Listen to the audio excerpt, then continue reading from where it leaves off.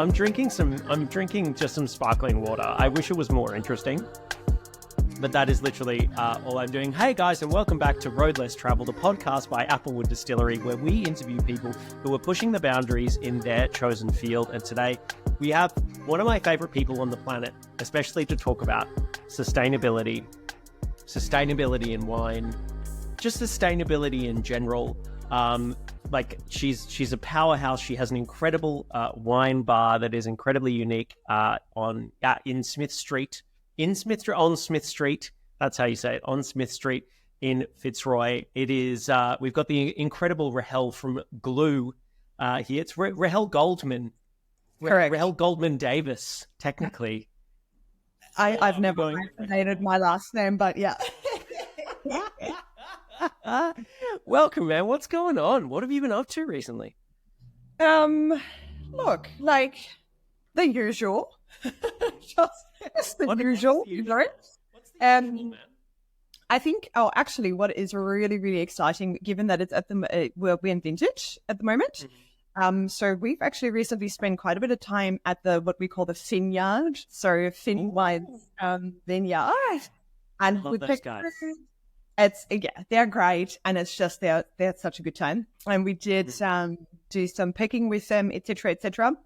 And my fantastic colleague Emma actually went out, I think, today and yesterday, because we're doing a collaboration wine with them. So we picked the fruit. We're discussing styles. We're doing things together. It's very exciting. Yeah, Dude, that's gonna be so sick. Wait, so hold on. Does that mean you're doing a collab with is Glou? Is it a collab with Glou? Okay. Yeah. So does that mean that there are going to be no bottles of it? No. that is correct.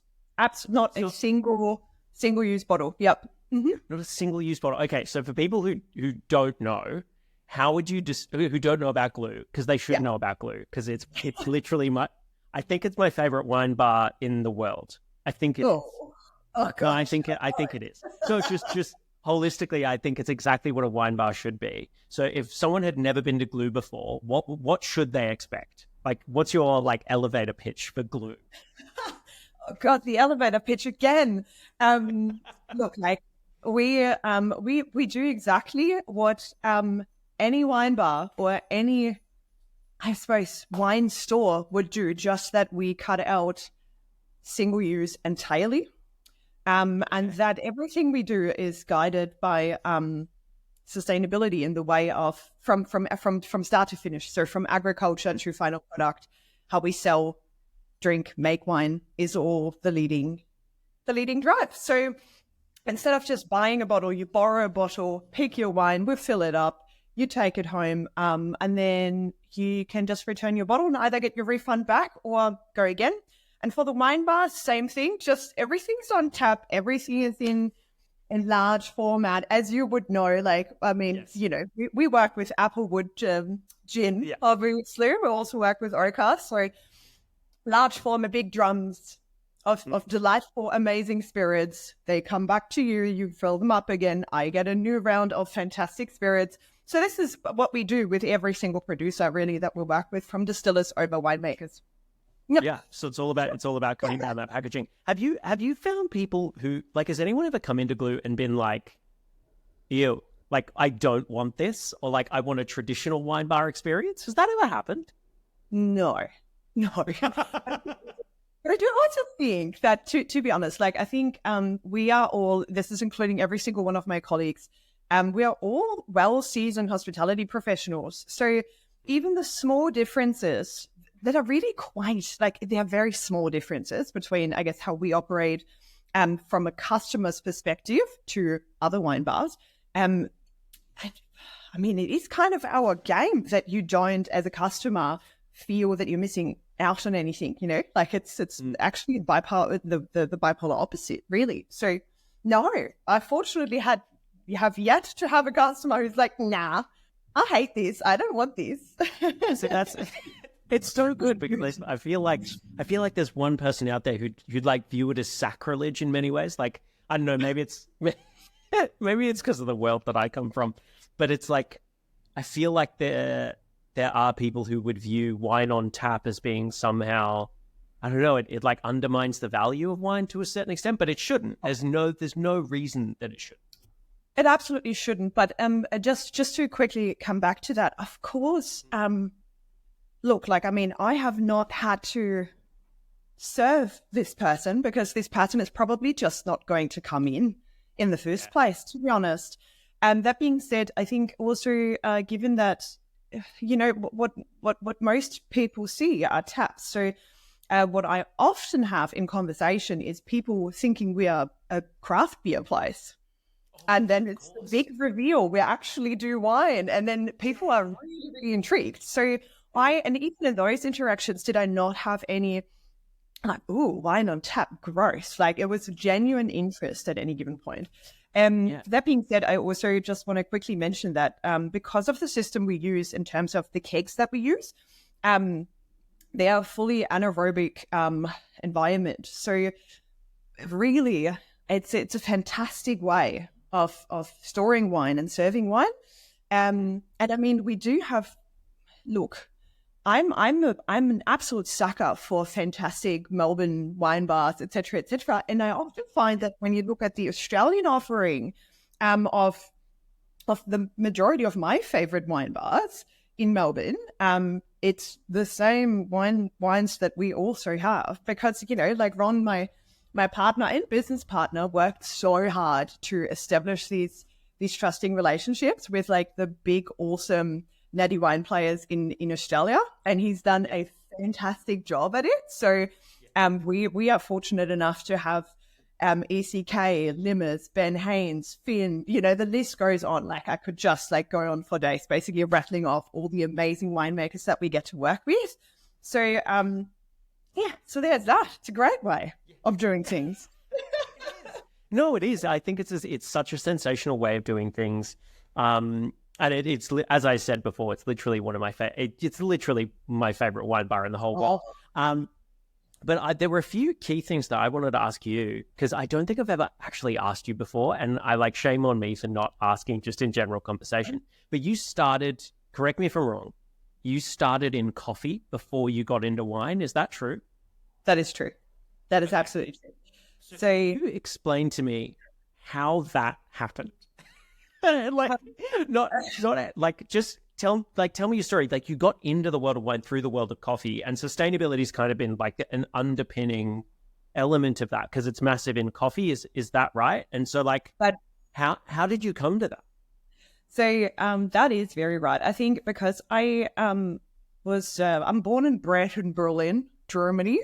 And at the time when I basically started to work in coffee, specialty coffee, meaning non-commodity coffee, basically just started to like set its roots in Berlin, because Europe is a little bit behind, or was a little bit behind on, I suppose, looking at distribution and at the agricultural elements of coffee, etc., etc. And that only ever came through other parts of the world that became interesting. However, so we just started in Germany, like, to, I guess, explore specialty coffee. So from the get-go, did I basically learn about the agricultural side of things of coffee on the basis of direct trade, and the basis of the producing countries, what issues do they face, soil health, the list goes on. So there's that. And that basically, I think that was the reason why I was so drawn to it and actually dedicated, I suppose, like my career to it, because it was so much, it wasn't only about excellent service and creating amazing memories for customers, which we had to and wanted to do anyways. But, you know, every single time when you introduce a new product, like something that is unknown, you have to go above and beyond anyways to create a level of acceptance for customers.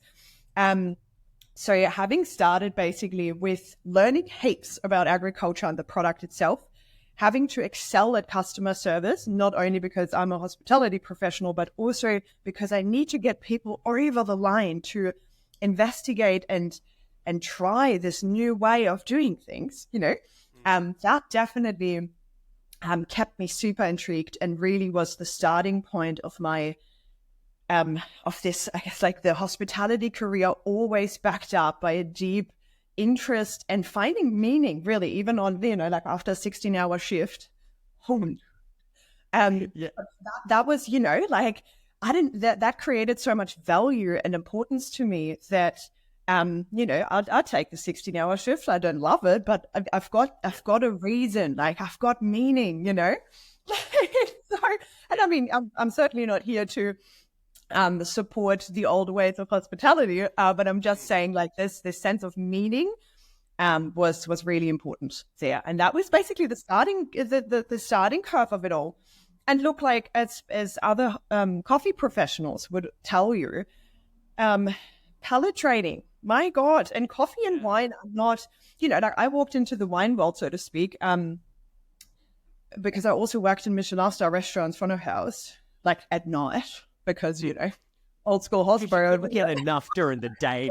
I just, but wine is I walked in there and actually my palate was already really, really good because I learned how to assess coffees. Even like I'm not a qualified Q grader, which is a term, yeah, let's not go there. Many coffee. All right, cool. But my palate was really good, and I think that really helped me loving wine. And then, it's also an agricultural product. So it's so easy to, when you love agricultural products, it's so easy to continue to love them and to continue to care how they're being grown and how the people who grow them are being paid for that, how distribution channels work, how logistics work, etc. So yeah. That was sorry. No, I loved it. I know, because it really touched on like a few key things, which I think the wine and like the coffee world definitely. And do you feel like the coffee world jumped into like that idea? And I'm going to explore the idea of sustainability, so we're not using like carpet terms, which I had. But like, do you feel like the coffee world jumped into that whole like sustainable sourcing, sustainable agriculture, like before wine and spirits did? Or do you just feel like maybe coffee's had a better explanation about how that works? Because I feel like I see sustainability as the catch-all term in coffee everywhere. And I see it in comparison very little in wine and spirits. Like, what's your opinion on that? I don't think that the coffee world has jumped on sustainability as a carpet term before wine did. I think that just let alone looking at the hundreds and hundreds of years old history of winemaking, we know, as a matter of fact, that wine used to be made natural, like before, I do, though, think that because obviously coffee is grown, basically exclusively grown in countries that are developing, I think that was the reason as to why so many companies jumped on that. And I think it all started with quality. So the point was more, so relationship trade, specialty coffee, et cetera, that was a quality issue. So the point, like people, roasters, coffee professionals were trying to get better quality products. And that often then led to, looking at how the coffee is grown and how people are being treated. So this is the starting point of this all, yeah? So then we established basically relationship trade, where I promise you I will buy your entire crop of you if you can guarantee me X amount of, X level of quality. This is relationship trade. This is paying your farmers better so that they actually look after the product with a lot of care. This is paying them well enough so that they can actually process the coffee in a particular way, etc., etc. So it's a way more, I suppose, like way more of a capitalist story than, I'm sorry. That's, whilst wine, I think, just went a different path. And also we just really got to remember as well that coffee to this day is taxed in most countries in the world as a commodity product, not as a luxury product, whilst alcohol obviously is taxed very differently. So I think these are all factors that play a big role here. But again, like wine for hundreds of years has been made natural and in the means of regenerative farming, etc., etc.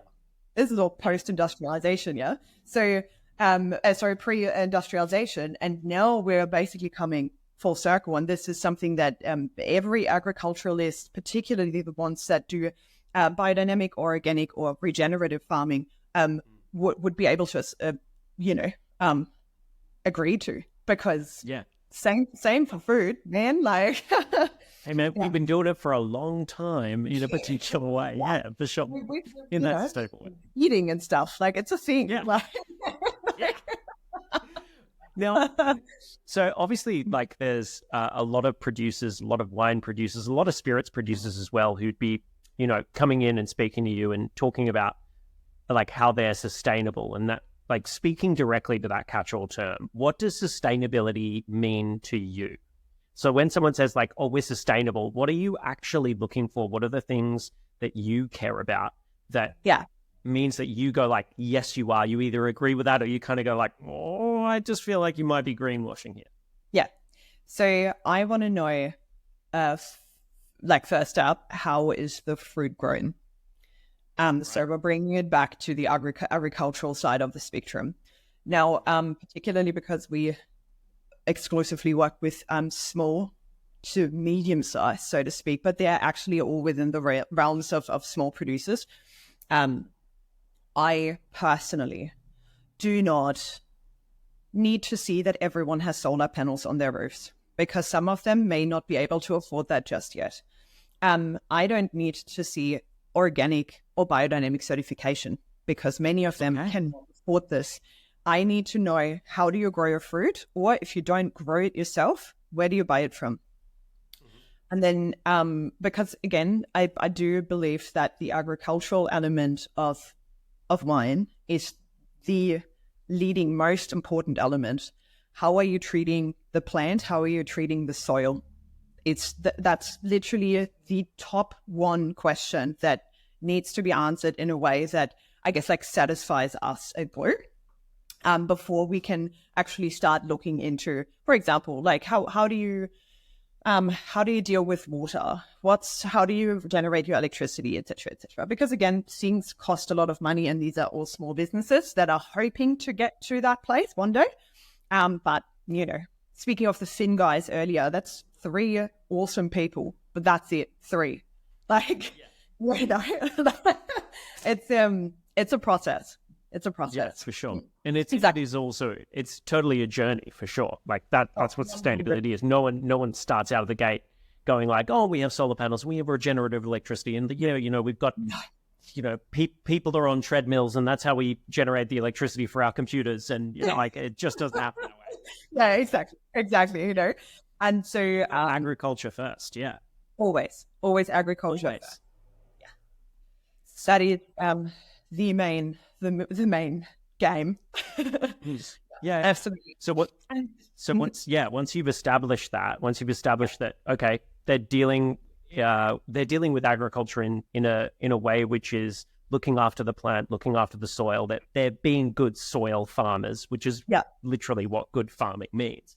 Yeah. What are the next things that you look for from there?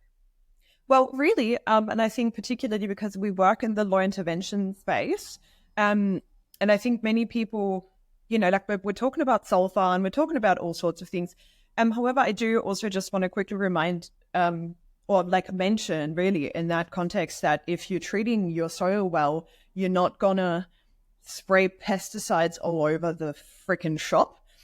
So that one is also ticked off already, yeah? Like once we have spoken about agriculture. And then really the next step for us is, are you happy to, I guess, work with how we work, meaning large format, meaning we're going into kegs. As Ron could tell you, the majority of the people that we work with did not know how to fill a keg to begin with. So because like it hasn't been done really, like to fill these key kegs with wine.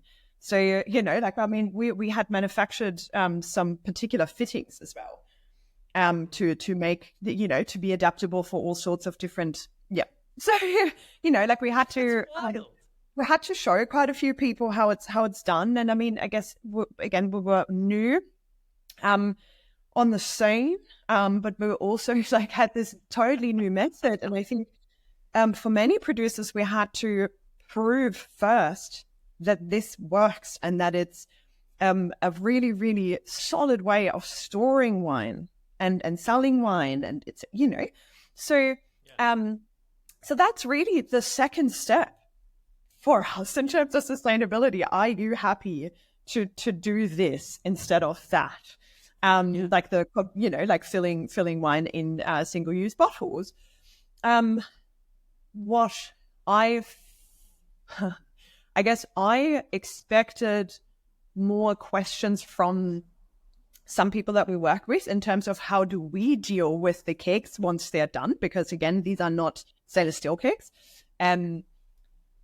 They didn't pop up too much in the beginning. They're now starting to pop up, which I love. So when we now like speak to new winemakers, they are starting to ask these questions way more. And I fucking love that. I love that. It's not just me being like, yeah, so how sustainable are you? But they are questioning like, yes, like, and I love that. I love that we are starting to, I guess, like dismantle the carpet terming and the potential for greenwash terms and stuff. And I love that.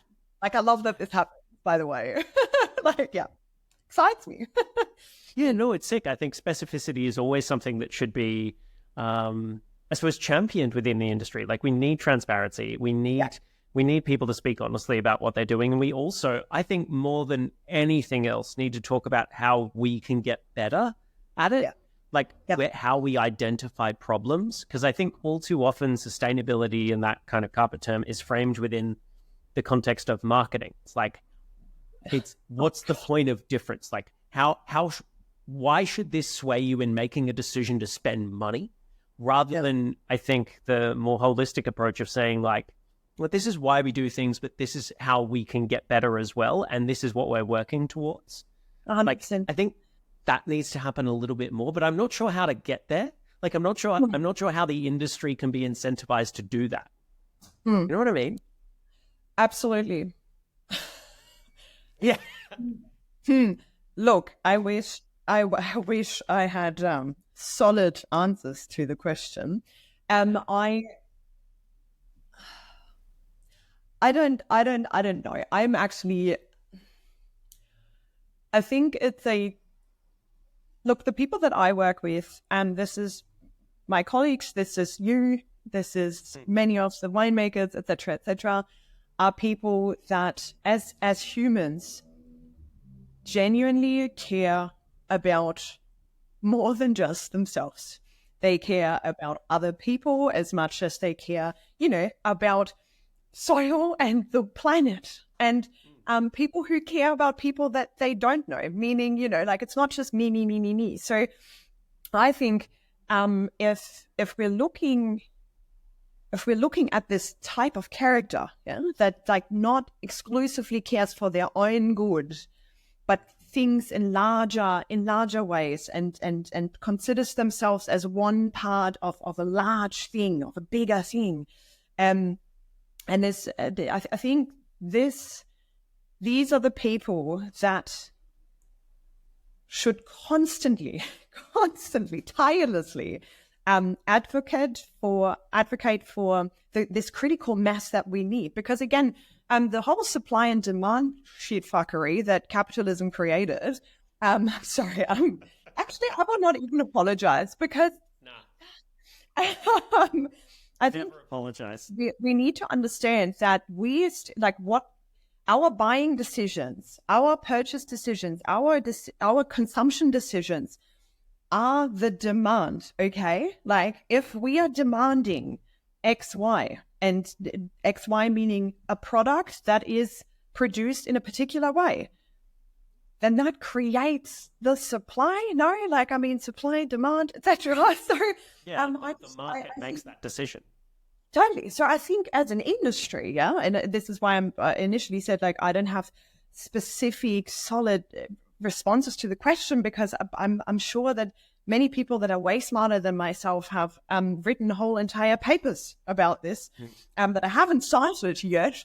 But I really do think like when we bring this down to the sole core of the issue is, well, then create the demand so that the industry creates the supply.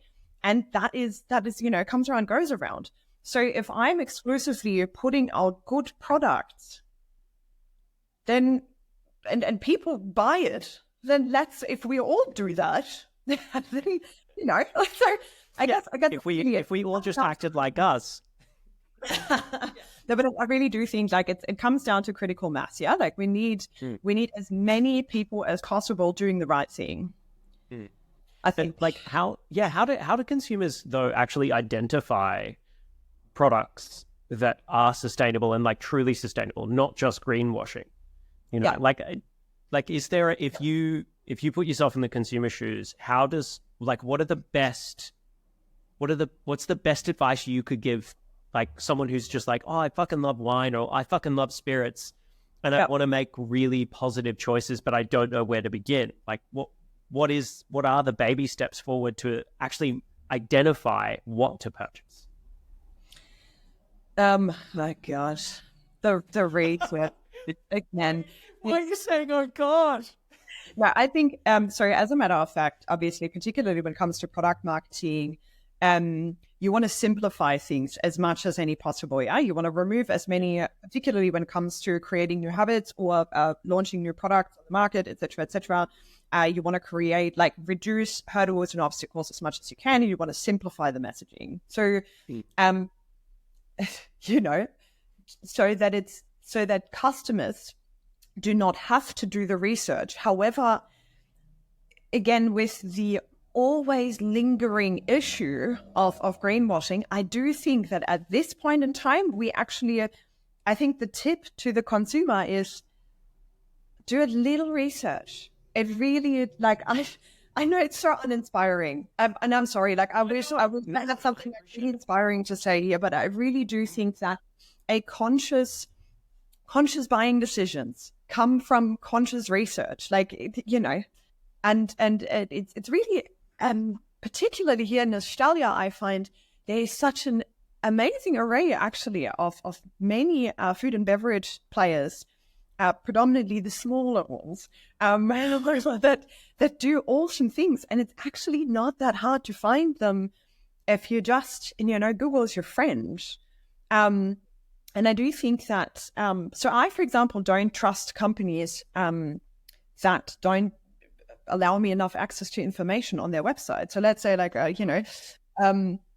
so if they say this is so sustainable because, we're using post-consumer recycled plastics for and I'm like, okay, I guess, all right, but where do you get the plastic from? Do you make it in how, because how it takes actually a lot of effort and actual energy to repurpose post-consumer recycled, etc. It's like, what do you do exactly? And then they don't give me access to that information on their website. And they're being really cryptic about where they get their things from or where their product is from, or, one of those so anyone who's cryptic, you're like, nah, we're done.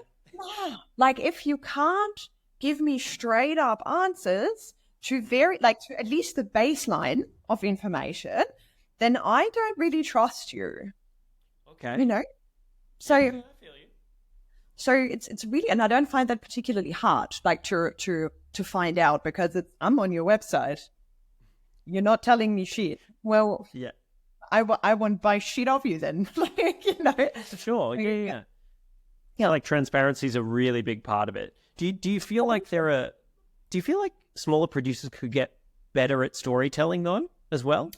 Like there's a little bit of onus on the small producers, not just taking what they do for granted to a certain extent. Because I feel like a lot of small producers go like, yeah, this is just the way that we do things. And they don't realize, no, that's actually something that is interesting that you should scream about all of the time and put on any packaging that you ever make. Yeah. But people don't actually realize that it's different. Yeah, that is, I couldn't agree more. I do think that, firstly, I guess like storytelling is a talent. So for someone who's really good at storytelling, or I suppose like in that way, that it's a marketing method as well, right? It's an absolute talent. It's also something that people can learn. However, I just want to quickly fully admit that I only recently realized how much I'm not doing enough storytelling for my own business. Yeah, there are so many things that and this is like interacting with customers, so many things that really long-standing regulars didn't know. I'm like, Yeah. I have clearly, and this is not a single case, or a few here and there. This is actually this has happened recently quite a bit, and I realized that I am also not fantastic at storytelling. And I will need help with that. But that also reminded me that I fortunately have a network of amazing, incredible people who are professionals in the area and will help me do that. But not everyone has access to these amazing, skilled people if you yourself don't really know how to translate the story to the consumer or whatever, So I want to, in all fairness, also flag that I think a lot of the small producers either don't have the resources or don't really, maybe have not had an experience where they realized how important storytelling actually is and how much they can differentiate themselves from other producers that do shit jobs by doing that. So I 100% agree with you, but I also just want to be aware that not everyone knows how to, and or has the resources to hire someone or to get someone to do it for them or to help them with it. And I think particularly in times like these, so to speak, cost of living crisis is affecting absolutely everyone. It's a bit of a problem, I think, for many. For sure. The small producers, I think they're just one of the most hardworking people that I've ever seen in my life. They're doing so many hours looking after the fruit and looking after their product and trying to market and trying to sell and trying to do the right thing by the soil and by their customers, meaning like, for example, hospitality businesses, retail, etc., etc. But they might also just don't have the capacity to, and I want to be mindful of that. I want to be mindful that I think many people are maybe at the moment at capacity, and that's really not helping the true sustainability movement in the hospitality industry either. I think because people are limited in survive. I think the survival mode that many of us are in, on the smaller end of the spectrum, is really very overarching and taking up a lot of the energy. So I 100% agree with you. And yes, we need more and better storytelling, but I also respect and understand and appreciate that not everyone has the capacity to do that at the moment, Yeah. So, yeah, for sure. Yeah. Do you feel like I feel like I might know the answer to this, but I often get the sense that like when times are good, saying that you're sustainable and saying that this idea is sustainable is so well received. Yeah. I've noticed that in the past 6 months, specifically in Australia, specifically to do with this cost of living crisis, the sustainable element and the thoughtful element of a lot of producers' work that I've seen now just really falls by the wayside. People are far more interested in like what's expedient or what's cheapest, and I completely understand that. Do you feel like that's kind of harming a sustainability narrative long term within wine, within coffee, within spirits, or do you maybe see this as a speed bump in the road? I am scared to admit that I'm unsure. I hope it's a speed bump. I think where I find hope in this quite tragic narrative is that I think if we changed our focus, again, this is leading back to the storytelling, to the cost. Yeah, when we think about cost, okay. So in a non-circular, so in a linear way, something may be cheaper to purchase immediately. However, we as a collective will pay for it and are already starting to pay for it. And it's only going to get more expensive, so to speak, in the future. But if you're buying a circular product or an almost fully circular product, you may be paying a slight little bit more, but you're not expecting a collective payment as a society in the next few years, you know? And I think this is something that I first believe in, but then also secondly, I think if we shift our way of storytelling, our way of marketing, our way of selling these fantastic, really thoughtful, mindfully made, gently made products in that way, product and services, by the way, I think this may help us for this to only be a speed bump rather than a long-term harm to the sustainability movement. But again, I'm afraid that I'm a little bit scared of here as well, and I've seen the same trend. Yeah, what are you scared of? Like, what's your worst fear?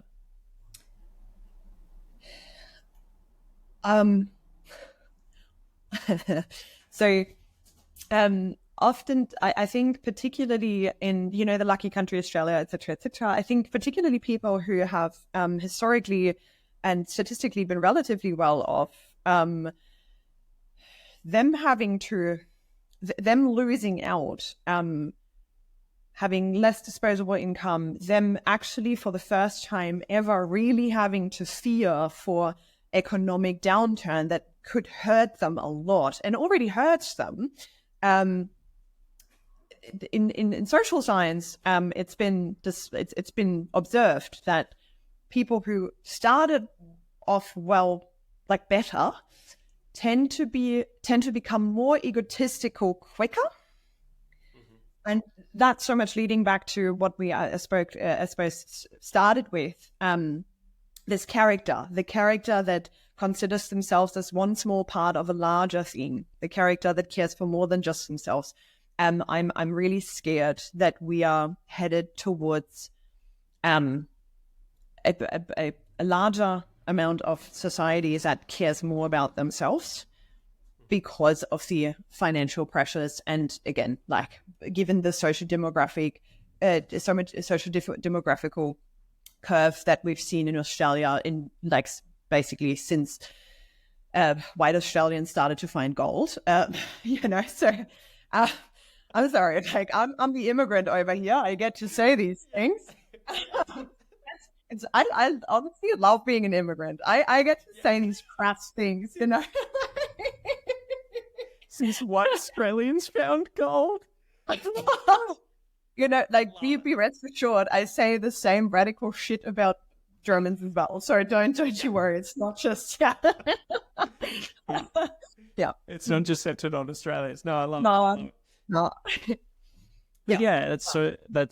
I think that is something that I think there's a little bit of a red flag there at the moment for me. I'm a little bit worried about, people just kind of forgetting all of the progress that we've made in the past. Yeah. In the past 10 years, where 10 years ago, we would never talk about sustainability in the way that we talk about it now, or we'd never talk about, supply chains in the way that we would talk about it now. We've got so much more of an articulatory musculature when it comes to speaking about these things. And I feel like we're losing that for the sake of expediency, or we're losing it for the sake of what can I get now?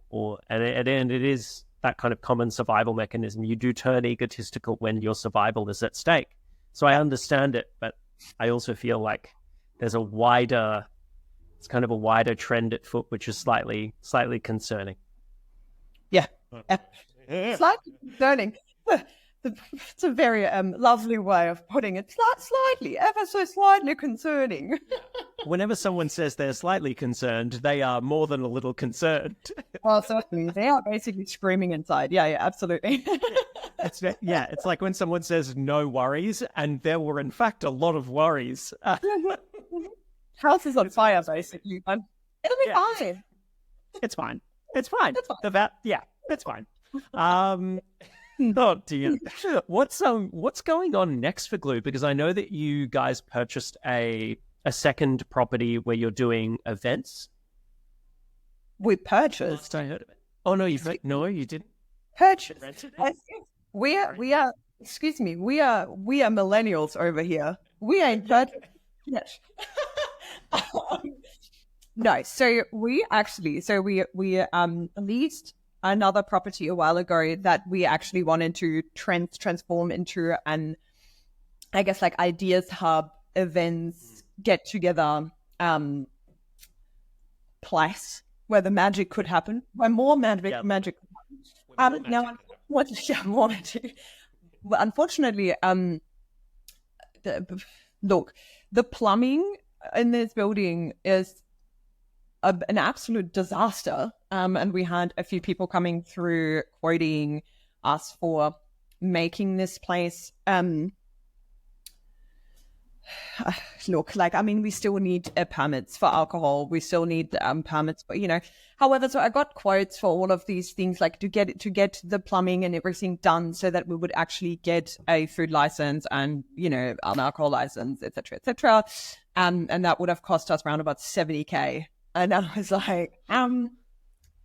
no, absolutely not. So what we've done to not feel absolutely terrible about terrible decisions that we made prior, we have basically put our storage and our workshop into that premise instead, so that we're at least not wasting money, because, we'll always have to pay for storage anyways. And we are workshopping quite a few things. So this is including furniture, but this is also portable tap bars, these types of things. So we're now using the space in a different way than it was meant to be.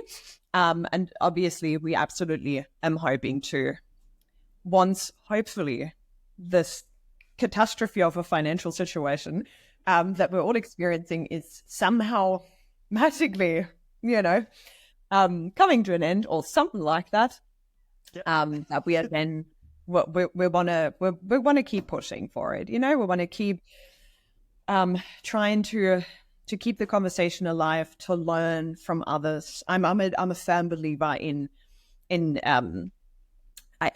if more eyes, more minds together see, I guess what do you call it? Basically design thinking. I'm a big believer in design thinking. So and I wanna keep working with people that have absolutely nothing to do with wine or with the food industry, but they are specialists in many other things, because like from waste distribution, but also architecture or town planning, or there's a lot to learn and a lot to combine, and a lot that I believe if we all come to want to do this event, mind the hub thing down the line. So yeah, unfortunately this one didn't work out. However, I'm not letting go of it yet. Yes. Sorry. Yeah, 100%. Nor should you. But since you're originally from Berlin, which is literally one of my favorite cities. Oh my God, I was there in December, and I loved it. Even though would we say Paris is so much nicer in December than Berlin is? Best time.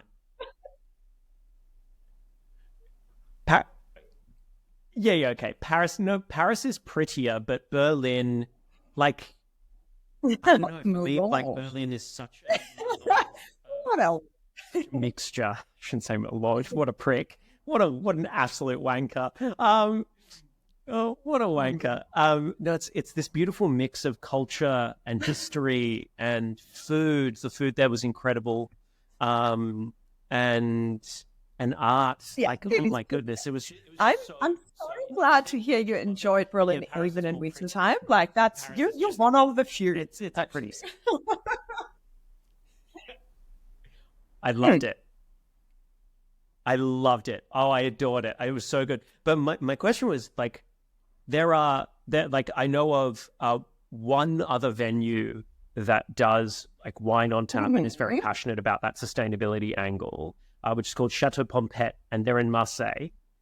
There are a few more of these popping up in Europe. Do you guys have any plans at all to take Australian producers over to Europe in like some kind of wine on tap festival? Like, could that kind of thing ever materialize? I feel like the Europeans would be into that. Look, Ron and I daydream a lot. Oh, yeah. Ron and I also we're spending a lot of time bouncing ideas off each other. That is certainly one that has come up a few times before. We are actually going to Europe in August. We are this like not just to like hang out with my friends and family and things, which we will be doing obviously, but this time around we're actually going a little bit longer into a few different places, because we are talking to a few people about things. Oh, there he is. Hello. So we're going overseas and speaking to a few people about some things that may have something to do with what you just asked me. Let's put it this way. I'm not gonna promise anything here. We're scoping out things. Okay. We're just looking at a few things, chatting a little bit. Yeah, for sure. Oh my God, they are so. Are there any other daydreams? Are there any other daydreams you can outline for me? So at the moment, my most exciting daydream actually is the most exciting daydream crowdfunding to buy a warehouse and basically have a full green roof on top with then obviously like sun protection that then is layered with solar panels, obviously. However, point being is downstairs is a retail, first floor is a restaurant, third floor is offices. The point here is that I would really want to get absolute guns and amazing, interesting, super knowledgeable people to all work there, including, by the way, trauma specialists and therapists of all kind, and get these three different ways of teaching people skills or transferring skills to retail, hospitality, and office. Let's call it office because marketing, PR, finance, etc., and exclusively get refugees in to basically re-qualify them. Because what I've noticed after, like, for example, working with SCARF, which I love, and volunteering at many, many other different organizations, both in Europe at the day, like back in the day, as well as here in Australia, that oftentimes we have so many people that had to fled their country of birth and their home, and they're fully qualified, and many of them like qualified in all sorts of different things. Yeah, like we're not exclusively looking at teenagers and young adults. We're speaking about all sorts of age brackets. So I'm thinking if we could actually do something like SCARF, for example, or like but in a even larger sense. So we have young people on that want to learn a trade or that want to learn how to cook, but we also have professionals that worked in finance and in accounting for ages. They have several uni degrees, but we here in Australia don't accept those degrees, or they don't have the right working license, or they have to, these types of things. So my main daydream at the moment is having productive garden, doing horticulture on site, growing your own food, doing restaurant, because I'm crazy like that. That's the thing. And I'm like, oh my God, yes, we can do so many different. I'm gonna feel this. Obviously, like in the workshop in the back where we do the apprenticeships for carpentry. That's also obviously the same people that fit out the retail and the restaurant, and like it's just so exciting. It's just I want that. I want this. Yeah. Yeah. That's it. Honestly, it sounds like. Yeah, but I'm also in science, and we know that. So. And I'm into it, man. Yeah. So you could. Yeah. Yo. All right, I've got one more question before I let you go. Just one more, because I know you're very, very busy and you've got tons of stuff to do. So, my last question is, what is the most? Well, it's kind of a two-parter. Sorry. What's the most exciting thing you've seen come out of the wine or hospitality game in like the past 6 months? Like, what's the most exciting thing? And second of all, what do you hope for the future of sustainability in wine? Could you not give me some warning? Damn it. Oh, damn it. That's a tricky one. That is a really tricky one. Sorry. To be honest. Yeah. I think it's tricky because, Okay. Why is it tricky? I don't want to shit on everyone. This is terrible, including myself. But I do see, I do think that, the people who have been You're not going to shit on everyone. doing great stuff, let's put it this way, continue to do awesome things. Many of them. And I love that. I love to see, and that actually really excites me, the persistence. So for example, the people you work for, you're persistent. You're not straying away from what you set out to do and how you do things. And it excites me to see that in distressing times, and I know, again, everyone's affected here, the people who believe in something and who've been doing the work continue to do so. That really excites me. Now, like, obviously there have been, I actually, you know what? I'm happy with that. I'm happy that this is what excites me. I'm happy to see that good people are persistent and continue to work hard to walk the talk and to get it done. And I love that.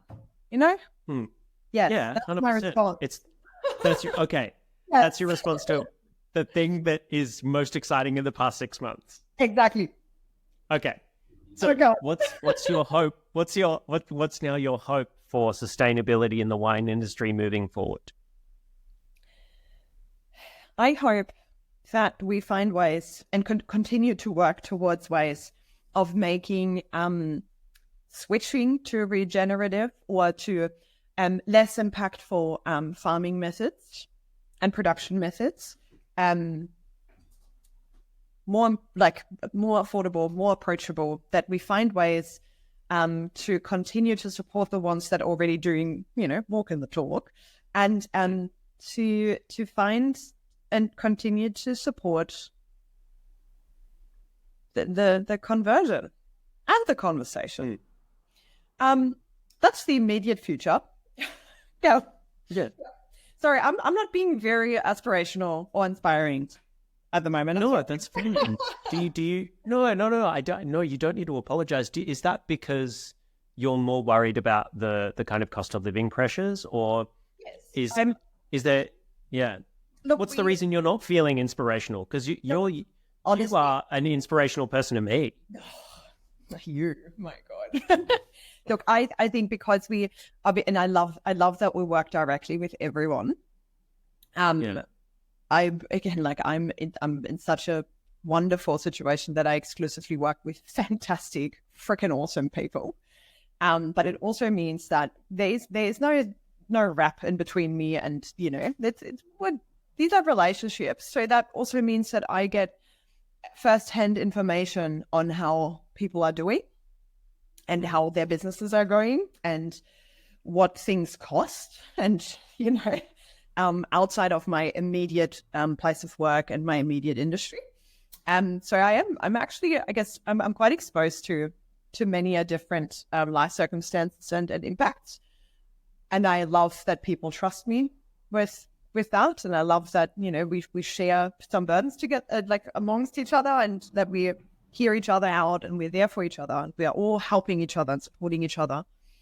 But I think, therefore, quite, I suppose, informed as to how severe things are for many, many people. And that's not just suppliers. This is also patrons. I'm very grateful, and I have the absolute pleasure of having quite lovely relationships with many of the patrons that come in with my staff, with So there's, I guess, I just have a lot of insight in how people are doing at the moment. And I think that's really not necessarily like sparking joy. It's not. And it's not. And 100%. And I feel like, I think it would be disingenuous of both of us to be like, oh yeah, and that doesn't affect you. Yeah. Like hearing that people aren't doing well is, it's just water off a duck's back for me. Like for sure. And it's definitely happened to me as well, where people have been sharing, because I'm out in the industry too, and I go out and talk to people. And I hear the same story. But I think the reason that I find you inspiring is because just like what you said to me, you are persistent. And you are persistent, and you do what you set out to do regardless of what might be in front of you. And I love that about you. And let's not cry. No. Okay. Okay. Let's not cry. I'm not crying. You're crying. And I know that you guys you guys do phenomenal work, and I know how much you guys care, and so that's why everyone should support you. And so you can support Glou by going to Smith Street. What's the exact address for Glou again? 310 Smith Street. 310 Smith Street, Melbourne. Buy some incredible wine and some. So when I asked you the question about what have you found most inspiring in the last 6 months, I thought you were going to say the Murmur co-ferments. That's what I thought you were going to say. Sorry. Okay, see, like I'm such an entitled little prick because clearly I am so spoiled. Like I just Dougie's Mur, and I'm just like, I get it in keg. No worries. I tasted it before all of you guys tasted it. But that's just my normal life. So I know they're amazing, aren't they? Unbelievable. Yeah. Oh, I came in 2 weeks ago and tried them. Freaking socks off. Yeah, I was so impressed. Did you? But yes, the Le Jardin as well under his mise en place label. Oh, incredible! My God, I don't think I did. Dougie is just. Oh my God, I love him. I love him, and he's crafty mind. He's crafty, he's just. Yeah, that is really heckin' inspiring, of course. But again, I'm spoiled rotten. I get to just, be around awesome stuff all the time. Sorry, I forgot to mention that. Sorry. Well, no, it's all good. So point is, if you're listening, go and spoil yourself by going to Glou, trying all of these fantastic wines and co-ferments, supporting Rahel and Ron in the amazing work that they do for sustainability and for the wine industry. Rahel, thank you so much for chatting to me. I really appreciate it. Thanks for hanging out.